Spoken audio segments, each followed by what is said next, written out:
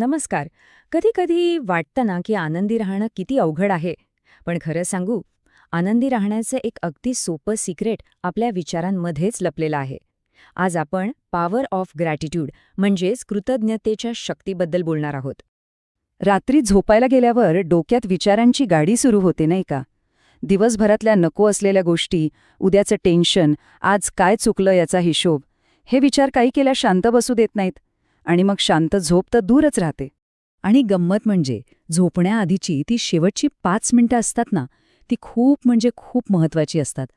जर का आपण त्याच नकारात्मक विचारांसोबत झोपी गेलो, तर त्याचा सरळ परिणाम आपल्या झोपेवर आणि दुसऱ्या दिवशीच्या मूडवर होतो. म्हणजे आपण स्वतःच आपला आनंद आणि ऊर्जा कमी करून घेतो. मग आता प्रश्न येतो की यावर काही सोपा उपाय आहे का? शांत झोप आणि आनंदी आयुष्यासाठी असं काही सिक्रेट आहे जे आपण अगदी सहज वापरू शकतो? तर याचं उत्तर आहे हो, नक्कीच आहे. आणि ते आपल्या विचारांची सवय बदलणे इतकं सोपं आहे. मानसशास्त्रामध्ये याला ग्रॅटिट्यूड इफेक्ट असं म्हणतात. ही एक पूर्णपणे शास्त्रीय गोष्ट आहे. जेव्हा आपण जाणीवपूर्वक चांगल्या गोष्टींबद्दल आभार मानायला लागतो, तेव्हा आपल्या मेंदूचं लक्ष आपोआप वाईट गोष्टींवरून चांगल्या गोष्टींकडे वळायला लागतं आणि यामुळेच आपला आनंद वाढतो. आणि याचा नियम तर इतका सोपा आहे की विचारायलाच नको. रोज रात्री झोपण्यापूर्वी दिवसभरात घडलेल्या फक्त तीन चांगल्या गोष्टी आठवायच्या. बस, एवढा साधा नियम आपल्या आयुष्यात खूप मोठा बदल घडवू शकतो.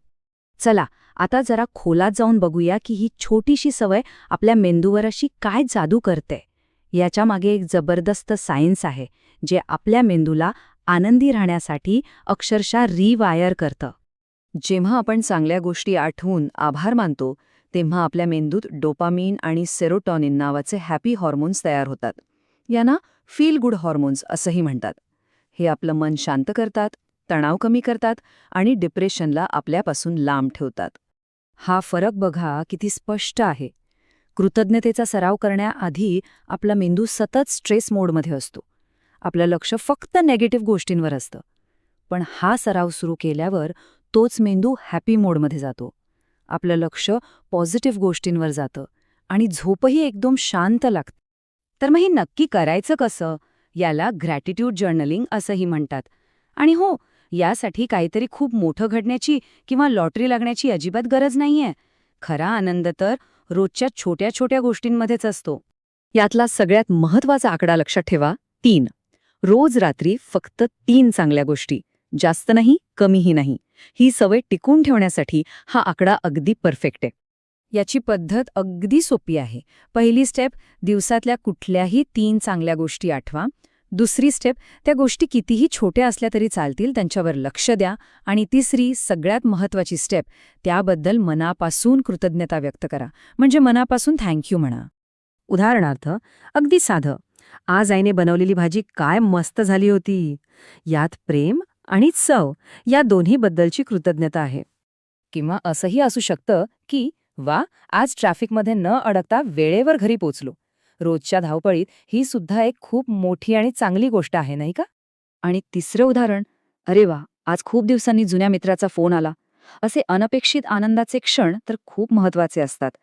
ह्याच छोट्या गोष्टी आपलं आयुष्य खरं तर सुंदर बनवतात.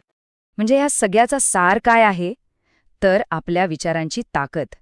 आपलं जग बाहेर कसं आहे यापेक्षा ते आपल्या मनात कसं आहे यावर जास्त अवलंबून असतं. आपलं मन एका आरशासारखं आहे. जसे विचार कराल तसं जग दिसेल. आणि म्हणूनच एक गोष्ट कायम लक्षात ठेवायची की आनंदी आयुष्य हे बाहेरच्या परिस्थितीवर नाही, तर तुमच्या विचारांवर अवलंबून असतं. जर आपण आपले विचार बदलले तर आपलं जग आपोआप बदलतं.